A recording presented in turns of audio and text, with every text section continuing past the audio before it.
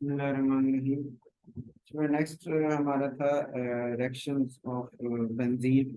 इसमें addition reactions. Addition reaction हम उसमें कहते हैं ना जिसमें आपका बेंजीन रिंग के अंदर जो अनसैचुरेशन है यानी डबल बॉन्ड है वो खत्म हो जाते हैं और सिंगल बॉन्ड में कन्वर्ट होते हैं। इसको हम एडिशन रिएक्शन का नाम देते हैं।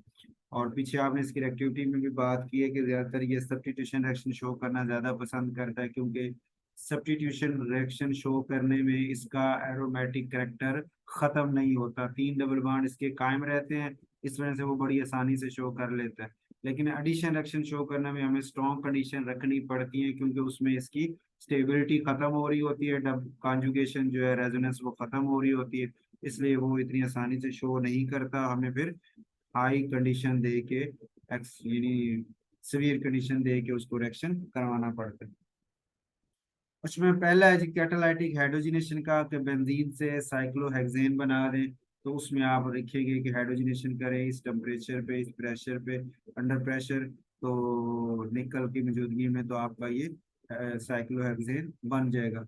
आपने पढ़ा हुआ प्लाटिनम प्लेडियम भी इस्तेमाल हो सकता है इसमें हाइड्रोजनेशन के प्रोसेस में। निकल हो तो हमें टेम्परेचर देना पड़ता है 150 से 200।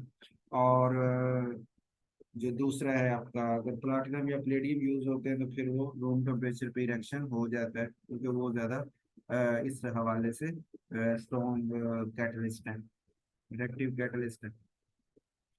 दूसरे नंबर पे है जी बिर्क रिडक्शन, के आपने बेंजीन से साइक्लोहेक्साडाइईन बनानी है, लेकिन वो भी कौन सी है, 1,4। देखो ना, अगर इस कार्बन को मैं 1 रखूं, बल हाँ 1, 2, 3 और ये 4, किसी भी कार्बन, दोनों एक जैसे हैं, किसी भी कार्बन के डबल बॉन्ड को, डबल बॉन्ड वाली कार्बन का 1 रखें तो 1 रखें तो ये 2, ये 3, ये 4, अगली कार्बन का डबल बॉन्ड चौथे नंबर पे आता है, इसलिए 1,4 साइक्लोहेक्सा डाइन इसका नाम होगा। और ये नॉन कॉन्जुगेटेड बनते हैं। तो इसमें अगर सब्स्टिट्यूशन भी हुई हुई हो तब भी आपके पास ये प्रोडक्ट आ सकता है, उसका कोई इशू नहीं है। बस आपसे क्या है कि बेंजीन से ये वाला प्रोडक्ट बना दे, तो आप बेंजीन से पहले बेंजोइक एसिड बनाएंगे, बेंजोइक एसिड बना के फिर आप ये वाली कंडीशन सोडियम अमोनिया और एथेनॉल की दे के उसे इस फॉर्म में कन्वर्ट कर लेंगे। ठीक है, आपके ये नॉन कॉन्जुगेटेड फॉर्म जो है उसमें आपका वो मालिक्यूल बदल जाएगा। इसको बिर्क रिडक्शन का नाम देते हैं। इसका मैकेनिज्म जो है वो बहरहाल आपसे पूछा तो नहीं जाएगा पेपर के हवाले से, एक हल्का सा मैं इसका अपना ओवरव्यू आपको दिखा देता हूँ। इसका ना आइडिया ये बिर्क रिडक्शन का ना, ये इसका मैकेनिज्म है सिंगल इलेक्ट्रॉन ट्रांसफर का ना, कि यानी एक इलेक्ट्रॉन जो है ना, सोडियम मेटल है ना यहाँ पे, तो सोडियम मेटल एक इलेक्ट्रॉन देती है बेंजीन रिंग। अच्छा, उसने एक इलेक्ट्रॉन दिया तो यहाँ पे जो कार्बन है, फॉर एग्जांपल ये वाली कार्बन को दिया, तो इस कार्बन के ने एक इलेक्ट्रॉन अपना था और एक इसने वहां से ले लिया, तो इसके हो गए माइनस, पेयर पूरा हो गया ना। ठीक होगा, डबल बॉन्ड यहाँ और यहाँ मौजूद है। और ये वाली कार्बन चूंकि अब अन पेड इलेक्ट्रॉन फॉर्म में चली गई, इसलिए ये इसका इलेक्ट्रॉन जो है वो अकेला अनपेड फॉर्म में आ गया। तीन डबल बॉन्ड होते हैं जैसे ये देखें, तो इस कार्बन को आपने इलेक्ट्रॉन दिया, इस कार्बन ने ये वाला बॉन्ड अपना तोड़ लिया, पाई बॉन्ड तोड़ लिया, पाई बॉन्ड से अपना इलेक्ट्रॉन वापस ले लिया और एक सोडियम से लेके इसके ये माइनस हो गया। ठीक है जी, 2 इलेक्ट्रॉन इसके माइनस चार्ज के साथ आ गए।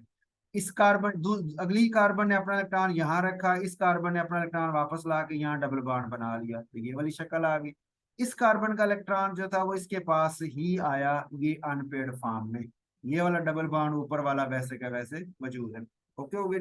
अब अल्कोहल आपका एथेनॉल भी साथ मौजूद है, वहां से ये प्रोटॉन ले लेते हैं, प्रोटॉन इसको मिल जाता है माइनस वाला, तो ये वाला CH2 बन गया। फिर इसी तरह ये वाला इलेक्ट्रॉन एक था, इसको एक इलेक्ट्रॉन और दिया जाता है, ये भी माइनस में जाता है, फिर ये H+ लेके ये भी CH2 बन जाता है। तो इस तरह हमारे पास ये नॉन कॉन्जुगेटेड डबल बॉन्ड्स बन जाते हैं। ठीक हो गई। मगर मैकेनिज्म तो आपके नहीं है सिलेबस में, एक आइडिया आपको देने के लिए ये डिस्कस किया है मैंने। उसके बाद है एडिशन ऑफ हेलोजेंस। आपके पास क्वेश्चन हो कि बेंजीन से हेक्साक्लोरोसाइक्लोहेक्सेन बना दें, हेक्साक्लोरोसाइक्लोहेक्सेन बना दें, तो आप क्लोरीन से सनलाइट की मौजूदगी में ये रिएक्शन करवाएंगे, तो ये रिएक्शन आपका हेक्साक्लोरो बन, हाँ अगर वो कहे बेंजीन से क्लोरोबेंजीन बना दें, अब देखें ना बेंजीन का क्लोरीन के साथ ही रिएक्शन है, लेकिन सनलाइट में कराएंगे तो ये वाला रिएक्शन है। और पिछले लेक्चर में आपको याद होगा बेंजीन से क्लोरोबेंजीन बनानी हो तो हमने रिएक्शन करवाया था FeCl3 की मौजूदगी में। तो अगर क्लोरीन से FeCl3 की मौजूदगी में रिएक्शन करवाएंगे तो आपका ये क्लोरोबेंजीन बनेगा।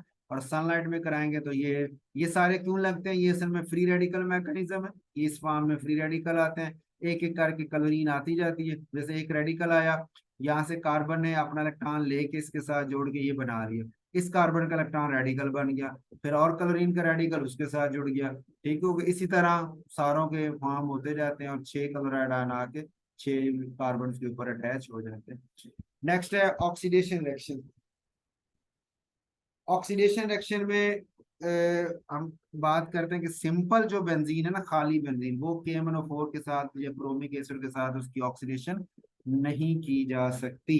उसकी वजह क्या है कि वो उसका जो वो डीलोकलाइज्ड पाई इलेक्ट्रॉन सिस्टम जो उसको रेजोनेंस है, जो उसको स्टेबिलिटी दे रहा है, वो उसे इजाजत नहीं देता कि तुम ये रिएक्शन कर सको, स्टेबिलिटी की वजह से वो नहीं कर पाते।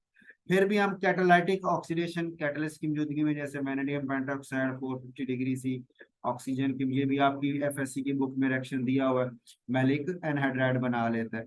अच्छा, लेकिन आपकी FSC की बुक में इससे आगे उसने हाइड्रोलिसिस करके मैलिक एसिड भी बनाया था, तो वो भी आप यहाँ शामिल कर लें। अगर पेपर में क्वेश्चन हो कि बेंजीन से मैलिक एनहाइड्राइड बनाए तो यहाँ तक लिख देंगे, अगर क्वेश्चन हो बेंजीन से मैलिक एसिड बनाए तो फिर आप एनहाइड्राइड बना के आगे एसिड में कन्वर्ट कर सकते हैं। उसके बाद है ओजोनोलाइसिस, ओजोन से रिएक्शन करवाना, ये भी आपकी FSC की बुक में दिया था। याद रखने वाली बात यहाँ है कि बेंजीन से कहे आपको कि कलाई ऑक्सल बना दे तो आपने इस रिएक्शन को अप्लाई करना है। उसके बाद है अल्काइल साइड चेन अगर मौजूद हो तो KMnO4 के साथ भी रिएक्शन हो जाता है, वो ऑक्सीडेशन करके उसको एसिड में, कार्बोक्सिलिक एसिड में बदल देता है। जो पीछे मैंने बात की थी आपने शुरू में, बेंजोइक एसिड की फॉर्मेशन के 2-3 तरीके हमने पढ़े हैं, उसमें एक जिक्र मैंने ये भी किया था कि टॉलुइन की ऑक्सीडेशन करें KMnO4 की मौजूदगी में तो हमारे पास बेंजोइक एसिड बन जाता है। तो ये एक मेथड ये भी आप उसमें शामिल कर सकते हैं। उसके बाद आपके पास है जी साइड चेन हेलोजिनेशन। एक आपने हेलोजिनेशन की है, अब ये 3 पॉइंट हो गए, बेंजीन की साथ क्लोरीनेशन के साथ रिएक्शन है। अगर FeCl3 की मौजूदगी में कराएं तो क्लोरोबेंजीन, सनलाइट में कराएं तो ये दो, और अगर बेंजीन के ऊपर कुछ मौजूद हो जैसे ये टॉलुइन मौजूद है, इसका क्लोरीन से करवाएं, सनलाइट में करवाएंगे तो फिर इसी के ऊपर ही क्लोरीन आके जुड़ती जाएंगी। ठीक हो गया, एक एक करके अटैच होती जाएंगी यहाँ तक कि सारी हाइड्रोजन रिमूव हो जाएंगी और क्लोरीन आके, ये बिल्कुल फ्री रेडिकल मैकेनिज्म है जो आपने अल्केन में पढ़ते हैं आप ना, अल्केन के हवाले से कि वो सनलाइट में मीथेन जो है वो मिथाइल क्लोराइड, फिर डाइक्लोरोमीथेन, फिर क्लोरोफॉर्म और फिर कार्बन टेट्राक्लोराइड 4 प्रोडक्ट बनाती है। ये बिल्कुल वही मैकेनिज्म इसका वही है। बेंजीन रिंग पे ये रिएक्शन नहीं होता, इसके ऊपर ही होता है। अब उसकी वजह, ये एक इंपॉर्टेंट क्वेश्चन है जो आपने जरूर ध्यान में रखना है इस लेवल के ऊपर ना, कि बेंजीन के साथ रिएक्शन करवाया टॉलुइन का जब क्लोरीनेशन की तो मिथाइल अल्काइल ग्रुप जब कन्वर्ट होता है, बेंजीन के साथ ये रिएक्शन नहीं होता, इसकी वजह बता दें। उसके आंसर में आपने कहना है कि सर ये बना था फ्री रेडिकल, जैसे वहां फ्री रेडिकल बनता है ना बेंजीन रिंग के ऊपर, उसी तरह यहाँ भी आपके पास फ्री रेडिकल बन जाएगा। ये आपके पास देखें ना, ये बेंजीन है,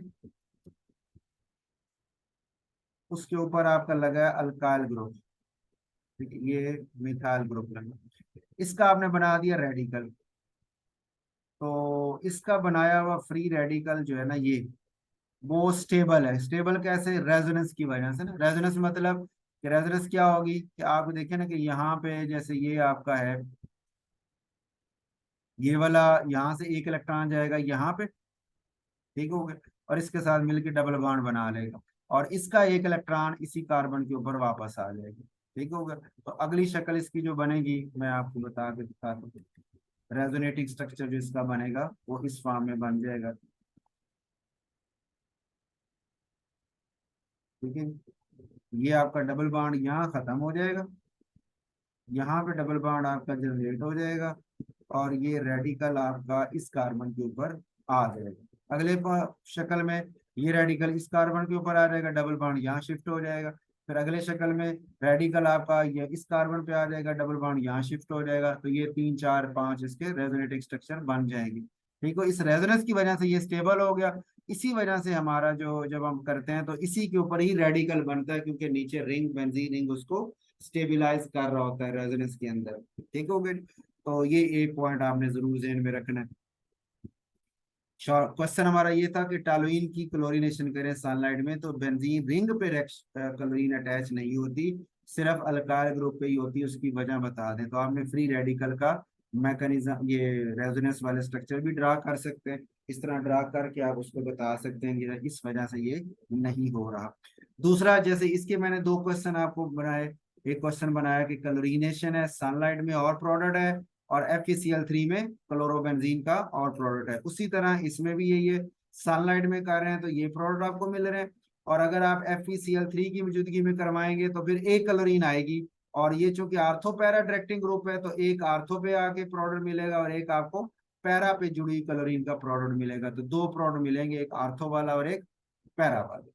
ठीक हो गई, ये भी पॉइंट आपने जेन में रखना है जिसकी हमने। अच्छा, इसी के साथ हम बात करते हैं रेक्टिविटी एंड ओरिएंटेशन। अब इसने काफी सारा वर्डिंग में इसको एक्सप्लेन किया है। आपके जिम्मे जो याद रखने वाली बात है ना वो ये है, एक जुमला तो ये आपने जेन में रखना है कि अकेली बेंजीन तो सर होगी जो रिएक्शन कर रही है ना। अच्छा, जब बेंजीन के ऊपर एक और ग्रुप आके जुड़ता है तो वो बाज दफा इलेक्ट्रॉन डोनेट करने वाले होते हैं, बाज दफा इलेक्ट्रॉन विदड्रॉ करने वाले होते हैं। यानी इलेक्ट्रॉन को आप, यानी जैसे ये बेंजीन रिंग के ऊपर आके जुड़ा तो ये इलेक्ट्रॉन डेंसिटी बेंजीन की तरफ भेज रहा है, इसे कहेंगे इलेक्ट्रॉन डोनेटिंग ग्रुप। तो ये रिंग को कर देता है एक्टिवेट, इन्हें कहते हैं एक्टिवेटिंग ग्रुप, यानी उसको रिएक्शन करने की स्पीड को बढ़ा देता है। ठीक हो गया। और कुछ ग्रुप ऐसे होते हैं जब वो आगे इस तरह जुड़ते हैं तो अपनी इलेक्ट्रॉन एक्टिविटी या रेजोनेंस की वजह से इलेक्ट्रॉन डेंसिटी अपनी ऊपर की तरफ खींचना शुरू कर देते हैं, तो रिंग से इलेक्ट्रॉन डेंसिटी कम कर देते हैं ना ऊपर खींचने की वजह से। ठीक हो गया, उसको हम बोलते हैं डीएक्टिवेटिंग ग्रुप, और वो जब आके जुड़ते हैं तो रिएक्शन की स्पीड को स्लो कर देते हैं, बेंजीन रिंग आगे इतना आसानी से रिएक्शन शो नहीं करता। तो एक पॉइंट तो यहाँ पे ये आपने याद रखना है, इस जगह पे यही बात की है, एक्टिवेटिंग ग्रुप और डीएक्टिवेटिंग। फिर एक्टिवेटिंग और डीएक्टिवेटिंग का में मौजूद हो जब रिंग के ऊपर, तो क्या होगा कि जो एक्टिवेटिंग है वो आर्थो पैरा डायरेक्टर बन जाते हैं, जो डीएक्टिवेटिंग है वो मेटा डायरेक्टर बन जाते हैं। यानी एक्टिवेटिंग ग्रुप अगर रिंग के ऊपर मौजूद हुआ तो कोई भी और ग्रुप आ रहा होगा तो उसे वो आर्थो और पैरा पे भेजेगा, और अगर मेटा डायरेक्टिंग ग्रुप मौजूद हुआ तो वो आने वाले को मेटा पोजीशन पे भेजेगा। ठीक होगा, ये पॉइंट आपने जहन में रखना। एक हो गया जी बात। दूसरी बात जो याद रखने वाली भी, आर्थो पैरा डायरेक्टिंग ग्रुप कौन से हैं और मेटा डायरेक्टिंग कौन से हैं, ये सारी बात आपने FSC में भी की हुई है। या मैं एक हल्का सा आपको ना याद रखने का आसान सा तरीका बता रहा हूँ कि जो आपके आर्थो पैरा डायरेक्टिंग ग्रुप है ना, ये वो हैं जिनमें बेंजीन रिंग से जुड़ा हुआ जो एटम है ना, या तो उसके पास लोन पेयर है या वो sp3 हाइब्रिडाइजेशन के साथ। sp3 हाइब्रिडाइजेशन वो सारी हैं वैसे, आप ये भी याद रख सकते हैं कि कार्बन एटम्स, बेंजीन रिंग से जुड़ा हुआ जो एटम है, जैसे यहाँ पे देखें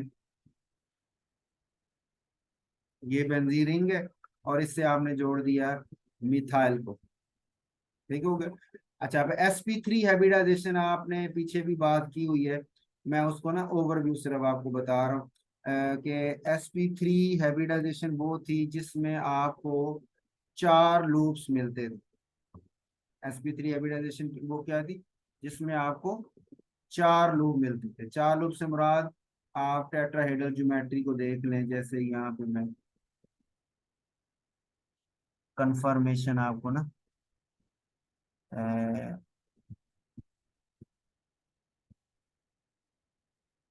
इसमें नहीं आएगी, ड्रा करनी पड़ेगी। चले कर लेते हैं। sp3 हाइब्रिडाइजेशन ये थी, ऐसे था, उसके साथ ना 4 लूप थे,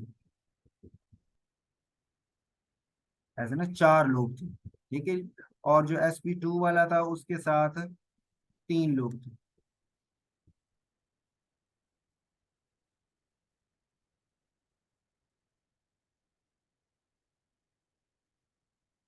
sp2 वाले के साथ 3 लूप थे, एक लूप यहाँ से आप काट दें। ठीक हो गया।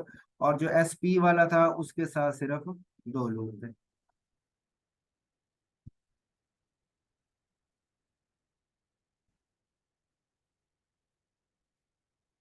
और दो लूप उसके अरेंज भी इस फॉर्म में थे कि किस तरह था, और एक इस तरह था ना, 180 के एंगल पे दो लूप उसके बनते थे। अच्छा, अब आपने हाइब्रिडाइजेशन का अंदाजा लगाना है। मैं आपको बताना चाह रहा हूँ कि एटम को देख के आप हाइब्रिडाइजेशन का अंदाजा कैसे लगा सकते हैं ना। ये पॉइंट है इस वक्त मेरा, कि आपने देखा कि उस एटम को 4 लूप चाहिए तो sp3 है, 3 चाहिए तो sp2 है, 2 चाहिए तो sp उसकी हाइब्रिडाइजेशन है। अब जैसे इस कार्बन को देखें कि ये कार्बन को 4 लूप चाहिए, 3 हाइड्रोजन लगाने के लिए और एक ये वाला बॉन्ड बनाने के लिए 4 लूप। अच्छा, लूप गिनते हुए आपने दो चीजें देखनी, एक आपने देखना है सिग्मा बॉन्ड, ठीक है जी, सिग्मा बॉन्ड देखने हैं कि कितने हैं, प्लस आपने उसके साथ देखना है लोन पेयर देख, बस पाई बार नहीं गिनने आपने ना, ठीक है, नंबर ऑफ लूप्स गिनते हुए पाई बार नहीं गिनने, सिर्फ सिग्मा बार और लोन पेयर गिन लेने एटम के। अगर ये मिला के 4 हुए हैं तो ये हाइब्रिडाइजेशन, 3 हुए हैं तो ये, अगर ये हुए तो 2 हुए तो sp। अब जैसे इसमें देखें 3 और 1 4 हो गए तो आपने कहा ये sp। अच्छा, यहाँ पे अगर ऑक्सीजन होती, अब ऑक्सीजन में आपको पता 2 लोन पेयर होते हैं, ठीक है, वैलेंस शेल में ना, ये 2 और ये 2 लोन पेयर है। इसकी हाइब्रिडाइजेशन गिने तो आप कहेंगे सर एक ये सिग्मा बॉन्ड, एक हाइड्रोजन के साथ सिग्मा बॉन्ड 2 और 2 लोन पेयर मिला के 4 है, तो ये भी sp3 है। ऑक्सीजन भी क्या है, sp3 हाइब्रिडाइजेशन में जा रही है। काउंट ओके हो गई। तो इस तरह आप हाइब्रिडाइजेशन काउंट कर सकते हैं। और sp2 में की भी मैं एग्जांपल देता जाता हूँ। जैसे आप इसे ले लें, ये कार्बन है,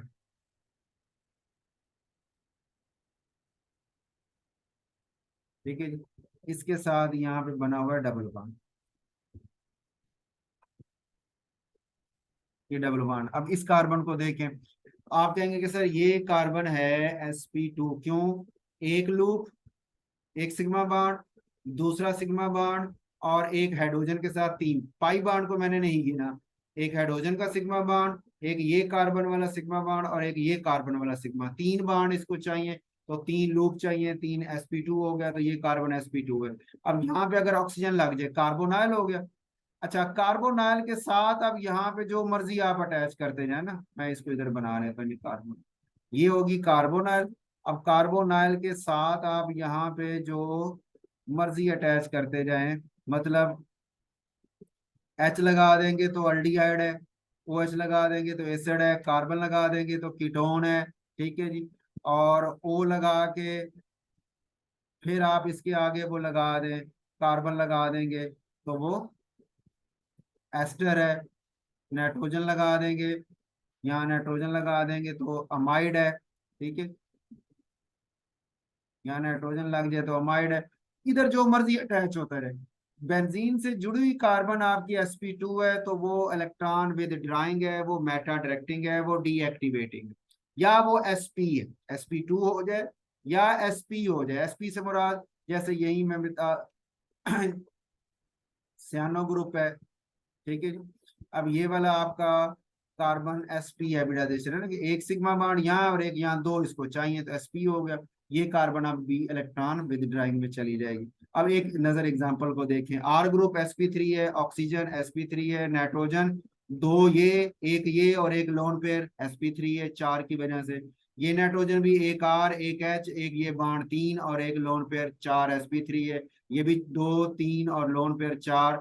ऑक्सीजन जो है वो एक कार्बन, एक ये और 2 लोन पेयर 4, ये ऑक्सीजन भी एक आर, एक वे बॉन्ड और 2 लोन पेयर 4। ये नाइट्रोजन भी एक हाइड्रोजन के साथ, एक इस कार्बन के साथ 2, एक लोन पेयर 3 और एक इधर से बेंजीन से जुड़ा होगा 4 sp3। तो ये सारे sp3 जा रहे हैं वो एटम जो बेंजीन से जुड़े हुए हैं, इसलिए ये सारे आर्थो पैरा डायरेक्टिंग ग्रुप में। ये आपको शॉर्ट तरीका बता रहा हूँ याद रखने के लिए भी, और अंदाजा लगाने के लिए भी। अगर वो प्रोडक्ट का आपको कह दे ना, कि कह दे कोई ग्रुप दे दे और कहे इसकी मैंने जी नाइट्रेशन की है तो कितने प्रोडक्ट मिलेंगे, तो आप अंदाजा लगा सकते हैं कि ये ऊपर आर्थो पैरा है कि मैटर वाला है, जो होगा उसके हिसाब से फिर आप बता देंगे। इस तरह हेलोजन आर्थो पैरा डायरेक्टिंग ही है, क्योंकि वो हैं वो भी sp3। हेलोजन देखे ना, वो भी लोन पेयर की वजह से sp3 ही बनते हैं। हेलोजन के वैलेंस शेल में 3 इलेक्ट्रॉन ही 6 इलेक्ट्रॉन होते हैं, 7वां ग्रुप है, एक उसने शेयर कर लेना पीछे, 6 इलेक्ट्रॉन उसके, 3 लोन पेयर और एक बॉन्ड, 4 sp3 बन जाता है। तो वो भी sp3 है, आर्थो पैरा ही हो गया। लेकिन अब डीएक्टिवेटिंग इसलिए कि वो इलेक्ट्रोनेगेटिव बहुत ज्यादा होते हैं ना, हाईली इलेक्ट्रोनेगेटिव इलेक्ट्रॉन डेंसिटी को खींचने वाले भी, इंडक्टिव फैक्ट आपने पढ़ा है, इंडक्टिव फैक्ट के थ्रू इलेक्ट्रॉन डेंसिटी को खींचने वाले भी हैं, और रेजोनेंस के थ्रू वो आर्थो पैरा डायरेक्टिंग भी बने हुए हैं। ठीक हो गया, तो उस इंडक्टिव फैक्ट की वजह से हम उससे कह रहे हैं कि वो रिएक्शन करने की जो उसकी स्पीड है उसको थोड़ा कम कर देते हैं। अच्छा, इसके अलावा जी ये सारे जो है नाइट्रोजन को ले लें, ये sp2 है। अब आपके सल्फर को ले लें, ये sp2 है। अच्छा, ये कार्बन को ले लें, sp2, ये कार्बोनाइल है, ये कार्बोनाइल एसिड का, कार्बोनाइल एस्टर का, कार्बोनाइल एल्डिहाइड का, ये कार्बोनाइल कीटोन का, ये कार्बन sp वाली हो गई। ये कार्बन sp3 है, लेकिन 3 फ्लोरीन की वजह से बहुत ज्यादा इलेक्ट्रॉन विदड्राइंग हो गया ना, इस वजह से ये इधर आ गया। ये भी CCl3 भी sp3 है, लेकिन 3 क्लोरीन की वजह से इस कैटेगरी में आ गए। ये नाइट्रोजन भी sp3 है, लेकिन प्लस चार्ज की वजह से इस कैटेगरी में आ गई। यानी अब आपके पास ओवरऑल ये बना, असूल ये बना कि sp3 हाइब्रिडाइजेशन sp2 हो या sp हो, तो वो तो हो गए विद ड्राइंग वालों में, मेटा डायरेक्टिंग हो गए, डीएक्टिवेटिंग हो गए, sp2 हो या sp हो। sp3 हो तो फिर आपको देखना पड़ेगा वो किस तरह का है। अगर sp3 इस कैटेगरी में आ रहा है तो फिर वो आपका अर्थोपैरा, अगर sp3 इस तरह का है तो उसके साथ 3 हैलोजन जुड़े हुए हैं तो फिर वो मेटा में चला जाएगा। और अगर 3 कोई ग्रुप जुड़े हैं लेकिन उसके ऊपर प्लस चार्ज आ रहा है तो फिर भी वो मेटा डायरेक्टिंग में चला जाएगा। ठीक है, प्लस चार्ज की वजह से।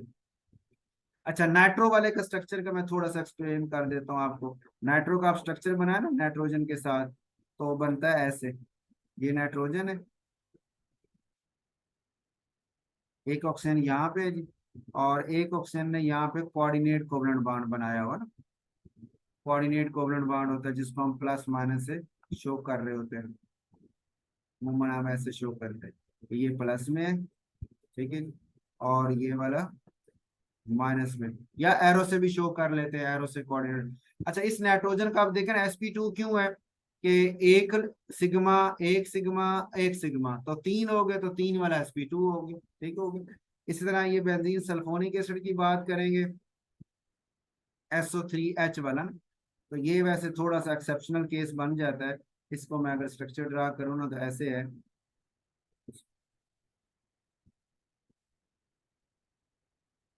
ये सल्फर है, ठीक है जी, SO3 का मतलब इस तरह ये स्ट्रक्चर है।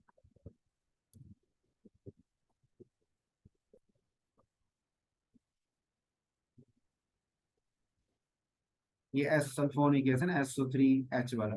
अब इसमें सल्फर जो है ना वो आपका, चूंकि ये बॉन्ड, नंबर ऑफ बॉन्ड इसके ज्यादा है ना, तो ये इसकी हाइब्रिडाइजेशन भी चेंज हो जाती है ना, ये sp3 sp2 कैटेगरी से निकल जाता है ना।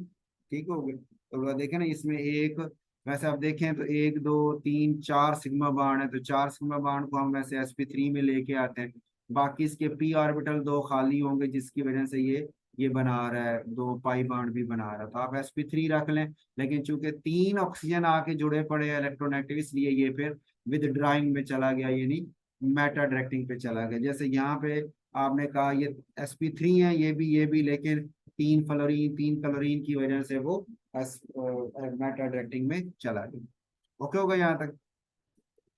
अच्छा, अब अगली बात है, ये तो बात हमने जनरल कर ली, आर्थो पैरा डायरेक्टिंग ग्रुप क्या होते हैं, उनकी एग्जांपल क्या होती है, इस पे एमसीक्यूज वगैरह आपने जेहन में रख लें। अच्छा, अब अगली बात है कि एमसीक्यूज इस तरह ना कि आपसे पूछे कि which of the following give ortho para directing group, which of the following give Meta products only, which of the following give ortho and para products only. ठीक हो गया। या वो कहे कि 4 ग्रुप दिए और कहे which of the following is ortho para directing group, which of the following is Meta directing group. ठीक हो गया। इस तरह ये, या इस तरह भी था कि हमने अभी बात की ना, जो आर्थो पैरा है वो रेट ऑफ रिएक्शन बढ़ा देते हैं, जो मेटा वाले हैं वो रेट को कम कर देते हैं, तो आपको ये भी कह सकते which of the following increases the rate of reaction, तो आर्थोपैरा को टिक करेंगे, और which of the following decreases the rate of reaction, उसमें आप मेटा को टिक करेंगे। ठीक हो गया। स्टेबिलिटी का जिक्र क्यों कर रहा है, ये बात अभी मैं करता हूँ जी, पहले अगली बात मुकम्मल कर लें। अगली बात ये है कि ये बात तो हमने कहा ना, सब्स्टिट्यूएंट मौजूद हो तो वो आर्थो पैरा या मेटा पे चले जाते हैं। अगली बात वो कर रहा है, इसकी ग्रुप्स उसने बना दिया आपकी बुक में ना, तो आप ग्रुप वाइज ही डिस्कस कर लें, लेकिन इसके सवाल के तौर पे आने के चांसेस जो है ना वो लॉन्ग में तो नहीं, शॉर्ट में बनाए जा सकते हैं। मसलन शॉर्ट क्वेश्चन इसके ऊपर आपके पास आ सकता है कि जनाब आर्थो पैरा डायरेक्टिंग ग्रुप, ये जो हाइड्रोक्सी या माइनो है, ये आर्थो पैरा डायरेक्टिंग ग्रुप क्यों है? उसका सवाल है कि ये वाले जो हैं वो आर्थो पैरा डायरेक्टिंग ग्रुप क्यों है। ठीक हो गया। उसका आंसर फिर आप देंगे ये वाला स्ट्रक्चर बना के कि देखिए ये अमाइनो ग्रुप था, लोन पेयर इसका था, लोन पेयर रिंग में जब रेजोनेंस करता है तो ये देखे ना, ये लोन पेयर इधर आके डबल बॉन्ड बनाएगा तो ये डबल बॉन्ड टूट के यहाँ आके माइनस हो जाएगा। फिर ये यहाँ आके डबल बॉन्ड बनाएगा तो ये वाला इधर आके माइनस हो गया। ठीक हो गया। फिर ये वाला यहाँ डबल बॉन्ड बनाएगा तो ये दोनों इलेक्ट्रॉन इस कार्बन के ऊपर आके माइनस हो जाएंगे, तो ये रेजोनेंस स्ट्रक्चर हो गया। अच्छा, इन चारों को इकट्ठा देखें ना आप, तो माइनस माइनस चार्ज पूरे रिंग में उसने घुमाया अपना, लेकिन कैसे घुमाया? यहाँ आर्थो पे है, यहाँ पैरा पे है, और यहाँ बी आर्थो पे है।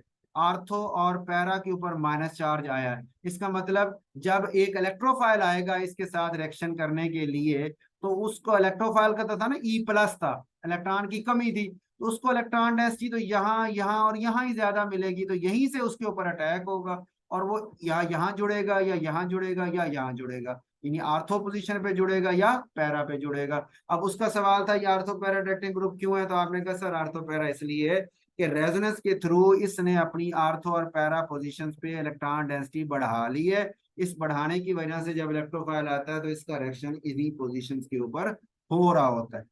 एक पॉइंट, एक ये भी वजह बतानी है आपने। दूसरी वजह इसके साथ आपने बतानी है कि सर अगर वो आने वाला ग्रुप आर्थो पे जुड़ता है तो ये रेजोनेटिंग स्ट्रक्चर है, पैरा पे जुड़े तो ये रेजोनेटिंग स्ट्रक्चर है, मेटा पे जुड़े तो ये रेजोनेटिंग स्ट्रक्चर है। ये कैसे बने, एक मैं आपको समझा देता हूँ, बाकी आपने इसी पैटर्न पे कर लेना है। प्लस का मतलब ये है कि इसके पास इलेक्ट्रॉन की कमी है, तो ये दोनों के दोनों इलेक्ट्रॉन यहाँ आ जाएंगे बॉन्ड बनाने के लिए, तो ये कार्बन पे ऊपर प्लस आ जाएगा ना, क्योंकि उसका इलेक्ट्रॉन यहाँ से उधर चला गया। ठीक हो गया, तो ये प्लस में चली जाएगी ये शक्ल। फिर ये दोनों इलेक्ट्रॉन यहाँ आएंगे डबल बॉन्ड बनाने, तो ये एन के साथ वाली कार्बन प्लस में चली जाएगी। ठीक हो गया।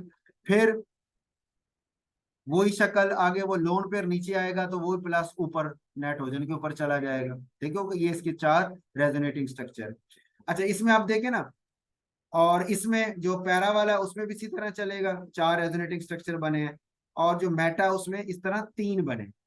एक पॉइंट हो गया। दूसरा, इन दोनों में ही क्यों प्रोडक्ट बन रहा है, आपने ये तीनों के बना के ना अगली जुमला जो लिखना है वो जरा गौर से सुने। आपने बताना है कि सर आर्थो पे अटैक हो तो एक स्ट्रक्चर ये वाला ऐसा बना था जिसमें प्लस चार्ज आया था उस कार्बन के ऊपर जो डायरेक्ट नाइट्रोजन से जुड़ा है, और नाइट्रोजन इलेक्ट्रॉन डोनेट करके उसको, उसकी जो इलेक्ट्रॉन की कमी थी उसको पूरा कर दिया। ठीक हो गया। इसी तरह यहाँ पे भी ऐसे इसके चार बनाते हुए भी ऐसा हुआ कि एक दफा में आपका जो का प्लस चार्ज था वो नाइट्रोजन के साथ आया तो उसने उसको डोनेट करके उसकी कमी को पूरा कर दिया। तो मतलब आप कह सकते हैं कि सर आर्थो पे अटैचमेंट हो आने वाले इलेक्ट्रोफाइल की या पैरा पे इलेक्ट्रोफाइल की अटैचमेंट हो, तो जो रेजोनेटिंग स्ट्रक्चर बनते हैं वो ज्यादा स्टेबल बनते हैं।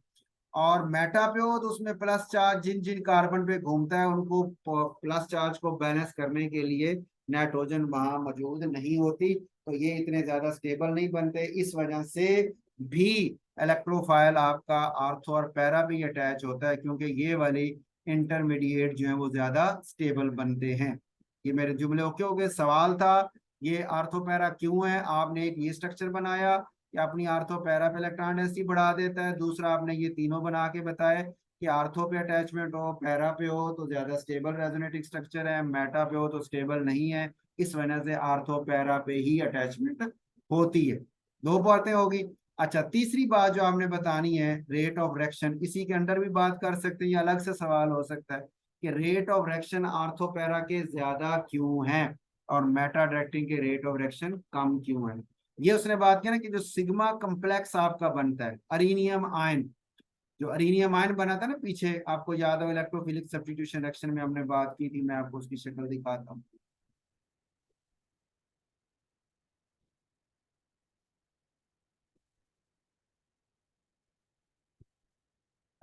इलेक्ट्रोफिलिक सब्स्टिट्यूशन में ना ये जनरल में ये अरीनियम आयन था ना, जब इलेक्ट्रोफाइल जोड़ता है और ये इंटरमीडिएट, इसको अरीनियम आयन आपने नाम दिया था। ये अरीनियम आयन जो है इसको सिग्मा कम्प्लेक्स भी बोलते हैं, ये ऊपर लिखा ना सिग्मा कम्प्लेक्स का नाम भी दे। ठीक है, उसी की स्टेबिलिटी की बात कर रहा है। और वहां पे भी आपको मैंने बात की थी कि इरेनियम आयन बनने का स्टेप क्या था, एक नजर फिर देख लें ताकि फिर मैं वहीं पे आपको, कि ये स्लो था और अगला जो है वो फास्ट है, और रेट ऑफ रिएक्शन इसी पे डिपेंड करता है जो स्लो स्टेप होता है, और स्लो स्टेप जितनी जल्दी होगा उतना प्रोडक्ट भी आगे जल्दी बनेगा, उस रिएक्शन की स्पीड भी ज्यादा होगी। तो ये जिसका अरेनियम आयन कम्प्लेक्स ज्यादा स्टेबल बन रहा है वो यहाँ से यहाँ तक भी जल्दी आएगा और रिएक्शन को तेज चलाएगा। तो आर्थो पैरा डायरेक्टिंग ग्रुप जो है वो एक्टिवेट क्यों बन गए हैं, रिंग को स्पीड को तेज करने वाले क्यों बन गए, क्योंकि उनकी बनाया हुआ ये अरेनियम आयन ज्यादा स्टेबल है आर्थो और पैरा पोजीशन वाला, इस वजह से वो जल्दी बनता है, जल्दी रिएक्शन चलाता है, रिंग एक्टिवेट हो गया, रिएक्शन आपका फास्ट हो गया।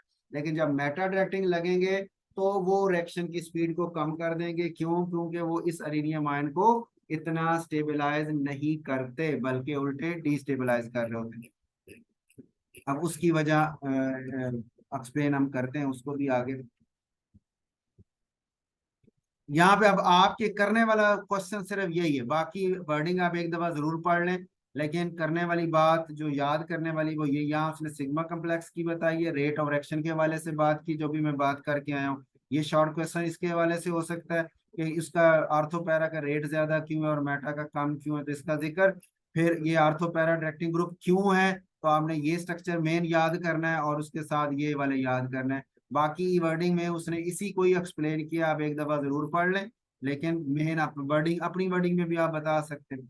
अच्छा, दूसरी बात उसने की है, आर्थो पैरा डायरेक्टिंग ग्रुप जो अल्काइल या अराइल ग्रुप्स हैं, ये अलग क्लासेस बने, ये वो हैं जो लोन पेयर वाले हैं, तो लोन पेयर ऐसे रेजोनेंस करके यहाँ पे माइनस चार्ज ले आता है, और ये वाले जो हैं ये आपके हैं अल्काइल या अराइल, इनके पास लोन पेयर नहीं है। ये किसके थ्रू करते हैं, ये हाइपर कॉन्जुगेशन आपने पढ़ी है पीछे ना बेसिक, ये हाइपर कॉन्जुगेशन के जरिए अपने जो है ना इंटरमीडिएट उसको स्टेबिलाईज कर रहे होते हैं। ये जैसे ये हाइपर का H+ होगा डबल बॉन्ड यहाँ, और वो माइनस चार्ज पूरे रिंग में घूम रहा है, और घूमेगा भी बिल्कुल उसी तरह जैसे अभी आपने अमाइनो का बनाया ना ये, यानी उसका माइनस चार्ज यहाँ आर्थो पे आएगा, यहाँ पैरा पे आएगा, फिर आर्थो पे आएगा, बिल्कुल इसी तरह रेजोनेटिंग स्ट्रक्चर बनेंगे। वो आप बना सकते हैं इसके लिए, ठीक हो गया, नहीं वो बना लें, इस ये बना कर ये पहला, यहाँ माइनस आप यहाँ दे दिया, फिर आगे माइनस यहाँ होगा, फिर माइनस यहाँ होगा, यानी आर्थो और पैरा पे आएगा।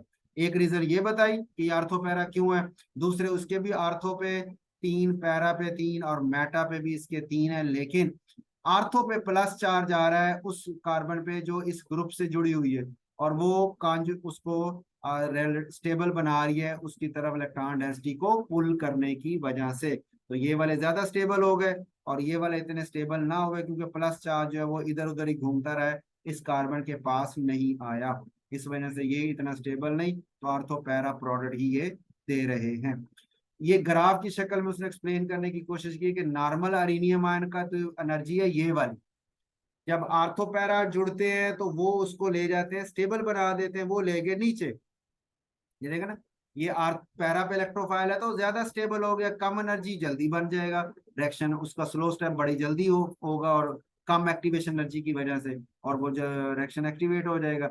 मेटा वाले की एनर्जी है ज्यादा, वो इतनी आसानी से नहीं होगा, उससे कम है लेकिन अभी भी ज्यादा है, बनता प्रोडक्ट हमारा नहीं है, आर्थो और पैरा पे जाता है।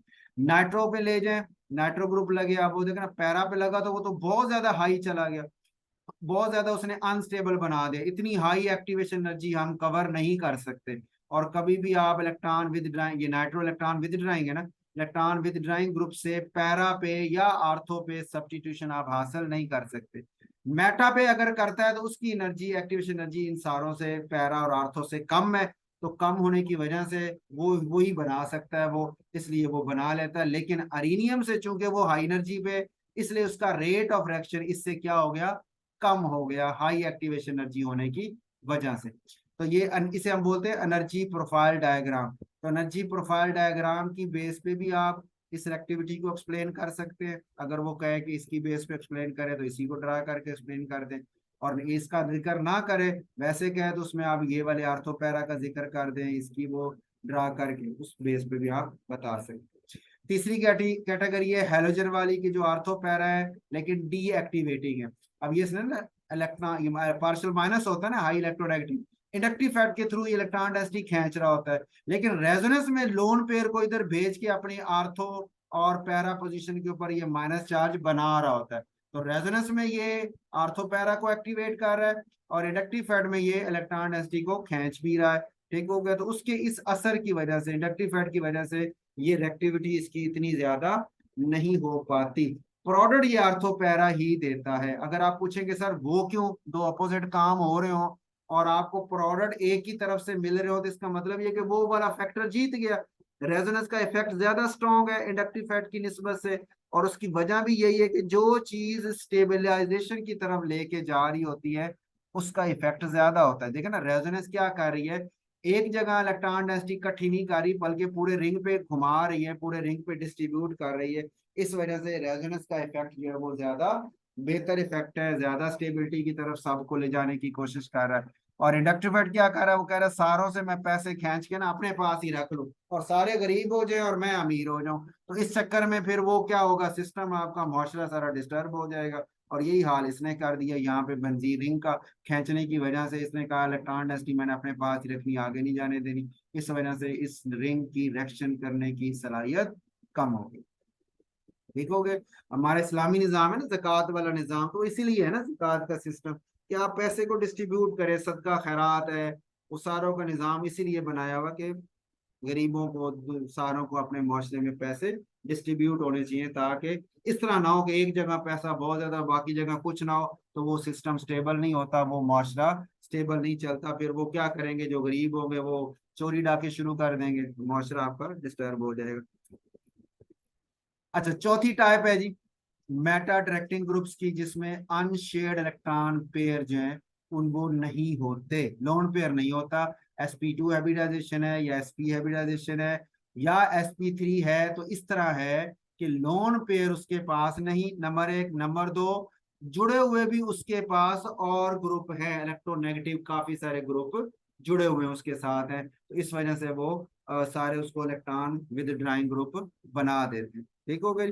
अब उसने नाइट्रो की मिसाल यहाँ ली है कि नाइट्रो देखे ना, अब इलेक्ट्रॉन डेंसिटी को ये खींच रहा है ना, विदड्राइंग है, तो ये वाला डबल बॉन्ड अपनी तरफ खींचेगा, यहाँ डबल बॉन्ड बन जाएगा, ये वाला डबल बॉन्ड टूट के ऑक्सीजन के ऊपर माइनस हो जाएगा। ठीक हो गया। ये डबल बॉन्ड नाइट्रोजन चार बॉन्ड ही बना सकती, लेकिन चूंकि इसने दोनों बॉन्ड खींच लिए, दोनों इलेक्ट्रॉन खींच लिए, तो इस कार्बन के ऊपर आ जाएगा प्लस चार्ज।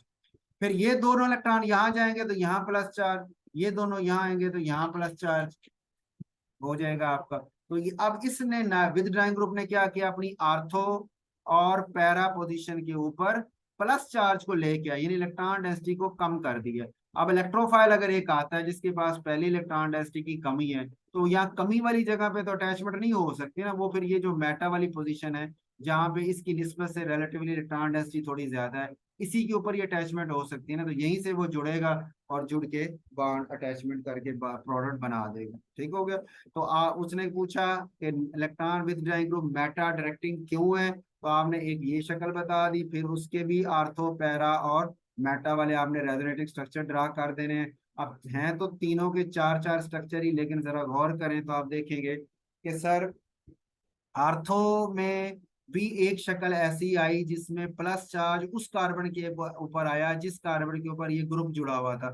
ये पहले ही खींच रहा था और ये फिर कमी के साथ आई और खींचने वाला काम निजाम हो गया, तो ये वाला सिस्टम तो अनस्टेबल हो गया। पिछले में देखे ना, पिछले में जब प्लस चार्ज आया था तो वो थे डोनेटिंग वाले, ये मिथाइल डोनेटिंग वाला था, तो वो इलेक्ट्रॉन उस कमी को पूरा करने की कोशिश कर रहा है। इसी तरह यहाँ नाइट्रोजन लोन पे रखने वाला उधर भेज के इस कमी को पूरा करने की कोशिश कर रहा है, लेकिन ये क्या कर रहे हैं, ये उल्टा उसको और अनस्टेबल बना रहे हैं। तो इसका वजह से आर्थो और पैरा में भी एक शक्ल ऐसी ये वाली आती है। इन दो शक्लों की वजह से हम कहते हैं कि ये वाले इतने ज्यादा स्टेबल नहीं है। इसी वजह से अभी आपने एनर्जी डायग्राम में भी देखा, इन दोनों की एनर्जी बहुत ज्यादा थी, और मेटा वाले की एनर्जी कम इसलिए कि उसमें प्लस चार्ज इधर उधर घूमता रहता है, इस विद ड्राइंग ग्रुप के पास नहीं आता। तो मेटा वाला ज्यादा कंट्रीब्यूटिंग हो गए, ज्यादा स्टेबल हो गए, इस वजह से हमें प्रोडक्ट भी इसी के हिसाब से मिल जाता है। ठीक हो गए। पांचवी टाइप है वो ग्रुप्स हैं जिनके ऊपर पॉजिटिव चार्ज हो और वो रिंग से जुड़े हो, जैसे नाइट्रोजन चार बॉन्ड बना रहा है और प्लस चार्ज के साथ है, तो अगर ऐसे ग्रुप हो तो वो भी इलेक्ट्रॉन विद ड्राइंग में आ जाते हैं। उसमें भी ये उसने आर्थो पैरा और मेटा के स्ट्रक्चर दिए हैं और इसमें भी वही सूरत हाल है। कि एक आर्थो में भी एक शक्ल ऐसी है, प्लस चार्ज इसी विदड्राइंग के पास है। पैरा में भी एक शक्ल ऐसी है कि प्लस चार्ज इसी विदड्राइंग के पास है, जो अनस्टेबल हो गए। और मेटा में ऐसा कोई शक्ल नहीं है, इस वजह से वो ज्यादा स्टेबल होगा, और मेटा के हिसाब से ही हमें प्रोडक्ट भी मिल जाते हैं। ठीक हो गई। अब आपके याद रखने वाली बात जो यहाँ पे आ रही है, जो आपने जेहन में रखना है, वो यही है कि मेरे पास आर्थो पैरा डायरेक्टिंग ग्रुप कौन से हैं, मेटा डायरेक्टिंग ग्रुप कौन से हैं, फिर आर्थो पैरा वाले आर्थो पैरा पे प्रोडक्ट क्यों दे रहे हैं, मेटा पे क्यों नहीं दे रहे हैं, और मेटा डायरेक्टिंग वाले मेटा पे क्यों दे रहे हैं, आर्थो पैरा पे क्यों नहीं दे रहे। और एनर्जी प्रोफाइल डायग्राम के मुताबिक रेट ऑफ रिएक्शन इनका क्यों ज्यादा है, आर्थो पैरा वालों का, और मेटा वालों का रिएक्शन रेट ऑफ रिएक्शन आम बेंजीन से कम क्यों है।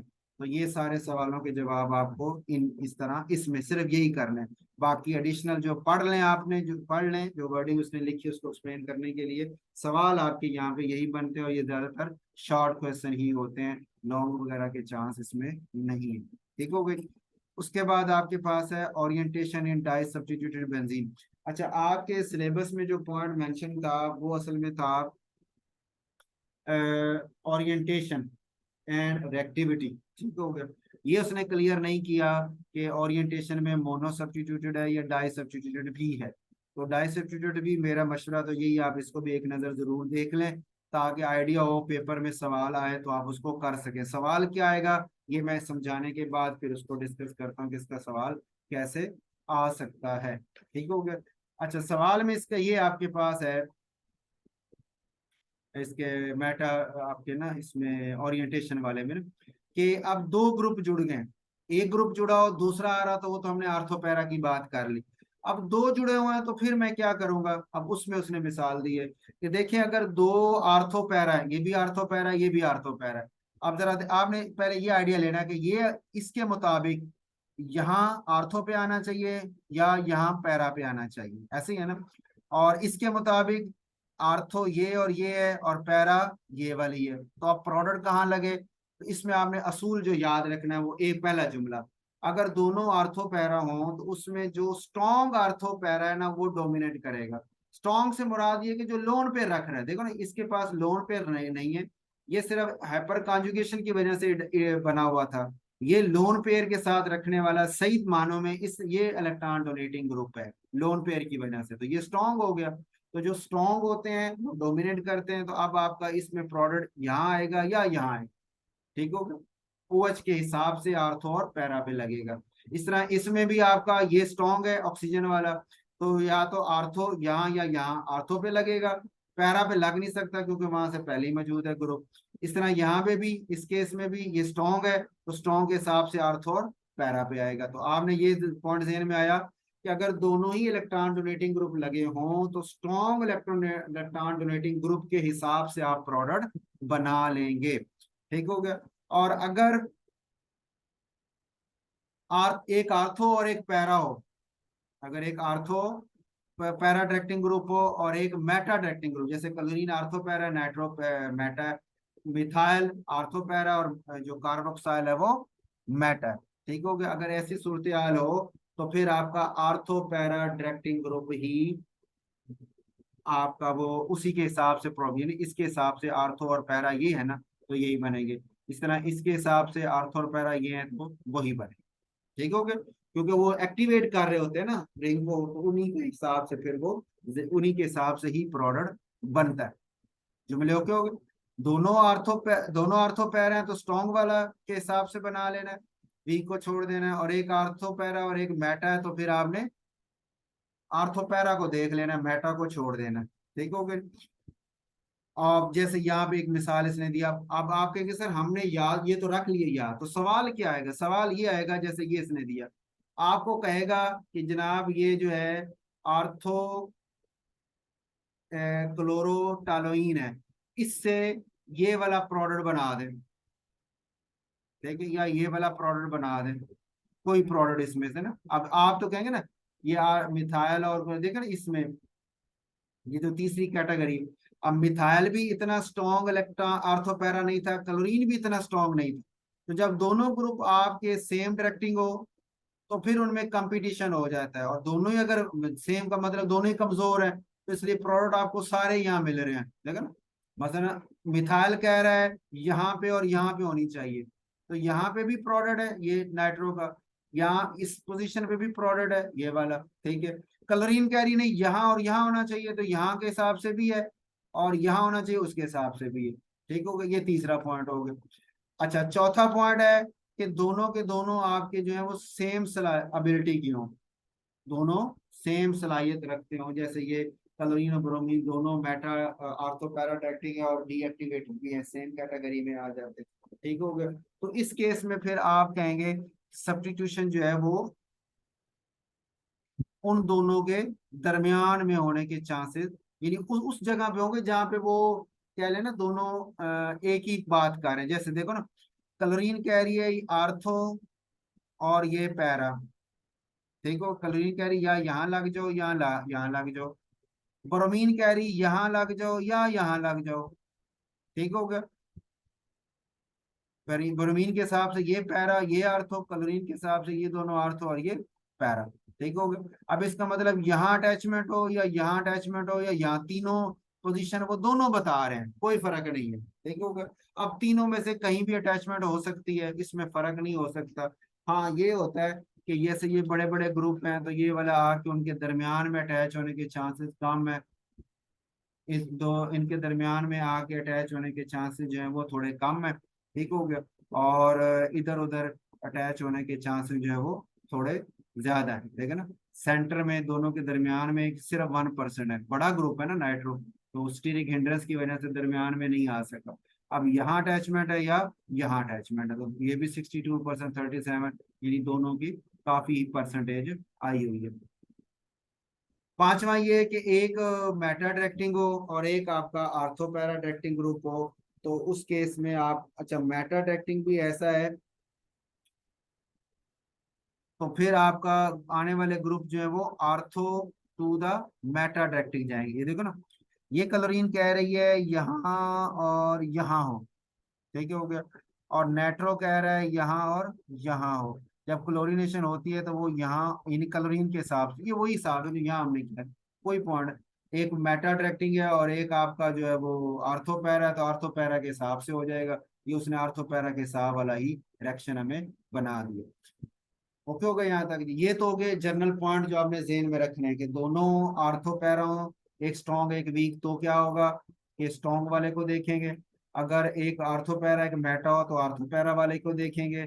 और अगर दोनों ही आपके मेटा हो जाएं तो फिर आपने देखना है कि उसमें बैलेंसिंग, दोनों मेटा हो ना, तो फिर असल होता ये कि दो मेटा लग जाए तो मेटा होता है electron with drawing group, deactivated, reaction की स्पीड स्लो करने वाला। जब दो लगे तो उन्हें इतना स्लो कर दिया कि तीसरा वहां लगने की उम्मीद नहीं है, तीसरा वहां लग नहीं सकती, इसलिए यहाँ उसने डिस्कस भी नहीं किया।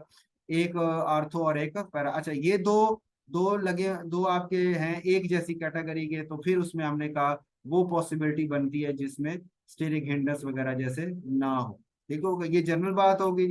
अब प्लानिंग आ सिंथेटिक स्कीम, ये मेन पॉइंट है आपका, पेपर के हवाले से जो क्वेश्चन आ सकता है और आने के चांसेस भी बहुत ज्यादा है इसके।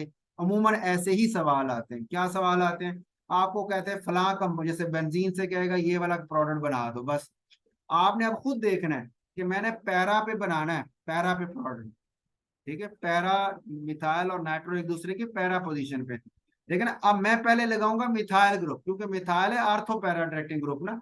मिथाइल पहले लगेगा फिर नाइट्रो ग्रुप आएगा, तो मिथाइल उसको आर्थो और पैरा पे भेज देगा। लेकिन अगर मैं नाइट्रो पहले लगा लूंगा ना, बेंजीन को पहले नाइट्रो लगा लूंगा, तो वो है मेटा डायरेक्टिंग। फिर मिथाइल ग्रुप आपका अगर आगे बाद में आप मिथाइल करते हैं अल्काइलेशन, तो वो नाइट्रो की तीसरी पोजीशन पे जुड़ेगा। यानी अगर आप उसने आपको कहा बेंजीन से ये बना दें या ये बना दें, 1,2 या 1,4 वाली, तो आपका ये रूट है। लेकिन अगर 1,3 वाला कहेगा तो फिर आपका रूट बदल जाएगा। वो कैसे बदलेंगे, शायद इसने यहाँ एग्जांपल दी है, यहाँ शो नहीं की है, मैं इसको ड्रा करता हूँ आपके लिए। 1,3 को आप ऐसे देखेंगे, ये बेंजीन है ना, तो अगर इसके ऊपर मैं पहले ही नाइट्रो ग्रुप लगा लूं, ठीक है, नाइट्रो ग्रुप आप इसके ऊपर पहले ही अटैच कर दें, तो ये हो गया इलेक्ट्रॉन विद ड्राइंग ग्रुप। अब जब आप इसकी करेंगे ना अल्काइलेशन, अल्काइल हैलाइड से रिएक्शन करवाएंगे, ठीक है, यानी CH3 और यहाँ आपका Cl से रिएक्शन करवाएंगे तो मिथाइल ग्रुप आएगा। तो ये तो मेटा डायरेक्टिंग है ना। तो मेटा डायरेक्टिंग का मतलब ये है कि आपका आप जो मिथाइल ग्रुप लगेगा ना इसके ऊपर, वो इसकी मेटा पोजीशन पे लगेगा, यानी यहाँ पे, ये तीसरी यहाँ या यहाँ मेटा पोजीशन के ऊपर ये मिथाइल। अब प्रोडक्ट आपको 1,3 पोजीशन वाला इस हिसाब से मिलेगा। अगर उसने आपको कहा है बेंजीन से ये वाला बना दे, तो फिर आपने पहले नाइट्रेशन करनी है, नाइट्रोबेंजीन बनाना है, फिर अल्काइलेशन करके ये बनाना है। और अगर वो कहे जो यहाँ उसने कहा 2 और 4 वाला, तो फिर आप पहले अल्काइलेशन की फिर नाइट्रेशन की। ये तो उसने एग्जांपल दिए ना। अब आपने जनरल याद रखना है कि भाई प्रोडक्ट को देख के मैंने देखना है कि पहले मैंने आर्थो पैरा वाला लगाना है या पहले मेटा वाला लगाना है।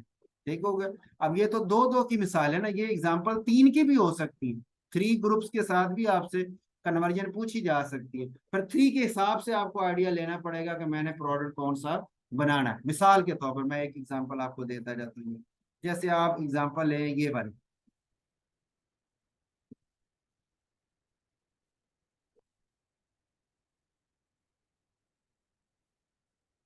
कि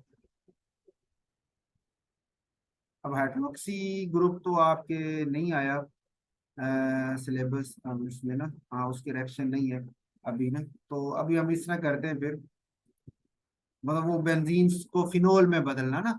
वो वैसे आपका वो आ जाएगा अल्कोहल फिनोल ईथर वाला चैप्टर जो है ना, उसके अंदर ये बेंजीन से फिनोल हाइड्रोक्सी बेंजीन बनाना जो है वो आ जाता है। फिनोल का ना रिएक्शन दिया हुआ है, तो वो हम बना सकते हैं, फिनोल भी बना सकते हैं। पर चलो मैं अभी वही रिएक्शन शो करता जाता हूँ आपको ना। उसने आपको कहा बेंजीन से, ये बेंजीन है, और उसने आपको कहा जी बेंजीन से आप मुझे प्रोडक्ट बना के दें। और प्रोडक्ट आपने क्या बनाना है कि ये आपके पास कंपाउंड है, उसके ऊपर एक उसने कहा जी कि ये ग्रुप लगा हुआ है,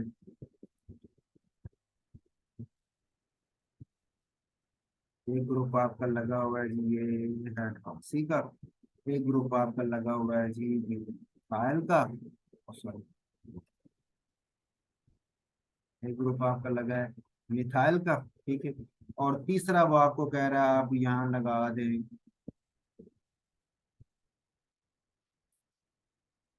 क्लोरीनेशन, क्लोरीन लगा। ठीक है, वो कह रहा है आपको कह रहा है बेंजीन से ये बना 3 प्रोडक्ट, तीन तीन सब्स्टिट्यूएंट वाला प्रोडक्ट। 2 वाला तो आप करते रहे एफएससी में भी, वो आपके एक दो एग्जांपल थी। ठीक है, वो भी हो सकता है। इस तरह 3 वाले की चांस भी हो सकते हैं। ठीक हो गया। अब इसमें पहले अब आपने देखना है मैं पहले किसको लगाऊं बाद में किसको लगाऊं। ठीक हो, अब मैं चलो मैं इसको बदलता हूँ, थोड़ा इसमें ना चेंज लाते हैं। ये नाइट्रो ग्रुप में कर लेता हूँ कि एक मेटा डायरेक्टिंग ग्रुप वगैरह,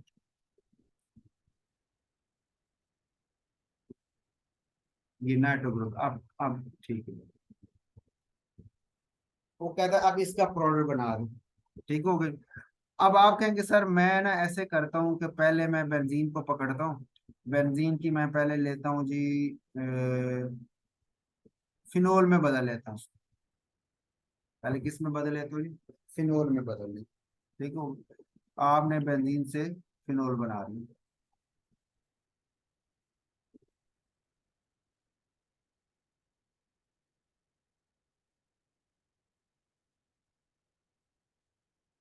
ठीक है, ये बेंजीन से फिनोल हो गई। अच्छा, बेंजीन से फिनोल बना, फिर आपने कहा सर इसमें अब मैंने लगाना है नाइट्रो या मिथाइल। अगर मैं नाइट्रेशन करता हूँ, नाइट्रेशन करता हूँ तो वो आर्थो बड़ा ग्रुप है ना, उसके आर्थो पे लगने के चांस कम है। बड़ा ग्रुप है ना NO2, पीछे भी आपने देखा। तो इसके आर्थो पे लगने के चांस कम है और पैरा पे लगने के चांस ज्यादा है। तो आपको प्रोडक्ट ये जो हाइड्रोक्सी की जब आप नाइट्रेशन करेंगे ना, इस केस में आपके पास जो प्रोडक्ट आएगा ना नाइट्रेशन करने के बाद, दूसरा आप इसकी नाइट्रेशन करेंगे, नाइट्रेशन करके आपके पास प्रोडक्ट आ जाएगा ये वाला। मैं इसको यहीं से उठा लेता हूँ, ये वाला प्रोडक्ट बन जाएगा नाइट्रोवर पैराफिन। ठीक है, फिर आप कहेंगे सर इसकी मैं अब कर लेता हूँ अल्काइलेशन। ठीक है, अल्काइल हैलाइड से अब मैं रिएक्शन करवा लेता हूँ। तो अल्काइल हैलाइड से रिएक्शन करवाएंगे,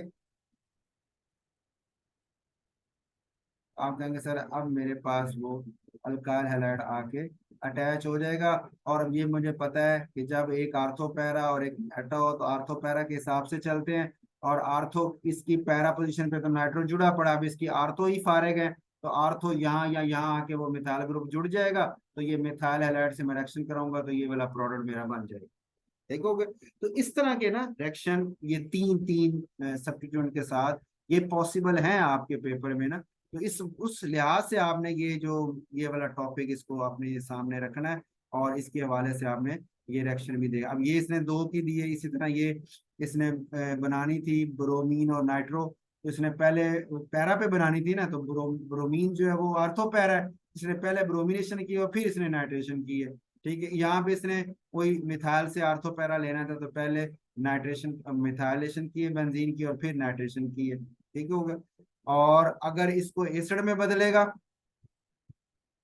ठीक हो गया, तो ऑक्सीडेशन करें तो इसकी टॉलुइन क्या वो एसिड में चला जाएगा। अब जरा पॉइंट गौर से सुने, ये यहाँ एक कन्वर्जन जो मेरे सामने नजर आपको कहता है बेंजीन से ये वाला प्रोडक्ट बना दे, बेंजीन से ये वाला बना दे। अब आप जब देखते हैं आप कहते हैं सर दोनों ही मेटा डायरेक्टिंग है, ये भी मेटा है ये भी मेटा है, और हैं एक दूसरे के, ये पैरा पड़े हुए। चलो इनमें तो आपको समझ आती है ना कि सर एक आर्थो पैरा वाला है और एक मेटा वाला है, तो मैं पैरा पे जोड़ना है तो मैं आर्थो वाला पैरा वाला को पहले ले आता हूँ और मेटा को बाद में लाऊंगा, तो मेरा प्रोडक्ट आ जाएगा।